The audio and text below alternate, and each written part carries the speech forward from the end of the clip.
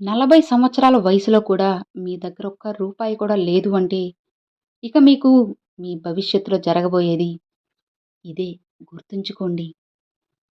ఒక వ్యక్తి యొక్క విలువ అనేది వారి మాటల్లోని నిలకడను బట్టే మీకు అర్థమవుతుంది.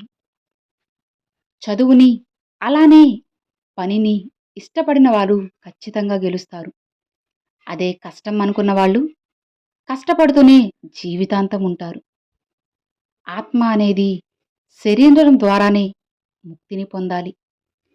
అందుకే ఆత్మకి శరీరం కావాలి కానీ, శరీరం మాత్రం ఆకలి, నిద్ర, ఇంకా కోరికలు, బాధలు, కష్టాలు, బంధాలు, బాధ్యతలు, విలువలు, ద్వేషాలు, కోపాలు, పగ, ప్రతీకారం, అలానే ప్రేమ, వీటన్నిటి మధ్య నలిగిపోతూ ముక్తి మార్గాన్ని అస్సలు చూడలేకపోతుంది.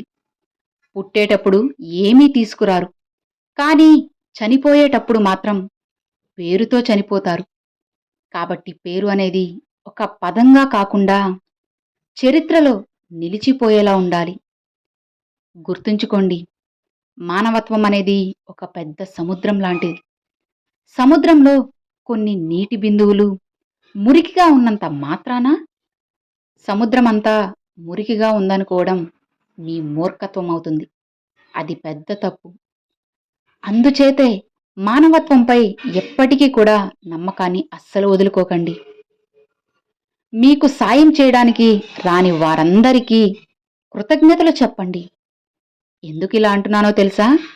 వారి వల్లే కదా మీరు సొంతంగా మీ కాళ్ళ మీద నిలబడి పని చేయడం నేర్చుకోగలుగుతున్నారు. అర్థమైందా? డబ్బు సంపాదించమని చెప్తుంది. అలానే సమయం అనుసరించమని నీకు చెబుతుంది. వయసు అనేది అనుభవించమని చెబుతుంది. కానీ ఆ పరమాత్ముడు చెప్తాడు, అందరికీ మంచి చేస్తూ ఉండు. నీకు ఏం కావాలో నేను చూసుకుంటాను అని. స్ఫూర్తితో ఆశను నిర్మించుకున్న చోట నిరాశకు నువ్వు ఆశ్రయమిస్తే పునాదులతో సహా ఆ నిర్మాణాన్ని కూల్చివేస్తుంది. కాబట్టి నమ్మకంతో ఉండండి. బాల్యంలో శిక్షణ, యవ్వనంలో క్రమశిక్షణ ఎంత అవసరమో, వృద్ధాప్యంలో ఉన్నవారికి రక్షణ కూడా అంతే అవసరం. కష్టాలను ఎదుర్కోవడం నీకు ఇబ్బందిగా అనిపిస్తే సుఖాలను వదిలేసేయ్. కొన్నాళ్లకు అవే తిరిగి వస్తాయి. అర్థమైందా? మంచిది అని అనుకుంటే అస్సలు వదలకు. పట్టుదలతోనో లేదా ప్రేమతోనో ఖచ్చితంగా సాధించు. వద్దనుకుంటే ఆలోచించకుండా చిరు నవ్వుతో సున్నితంగా నువ్వు తిరస్కరించు. అది వస్తువైనా సరే, స్నేహమైనా సరే, బంధమైనా సరే. సంకల్పాన్ని బలంగా నమ్మాలి. అదేవిధంగా సంశయాలను తొలగించుకోవాలి. సంతోషాలను జీవితంలోకి ఆహ్వానిస్తూ ఆనందాన్ని ఆస్వాదించాలి. అందుకే స్నేహితులతో ఈ చిన్న జీవితాన్ని ఆహ్లాదంగా గడపాలి.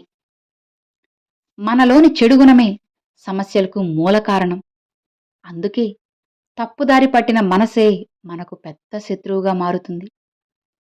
ఇప్పుడు సమాజం ఎలా ఉందో తెలుసా?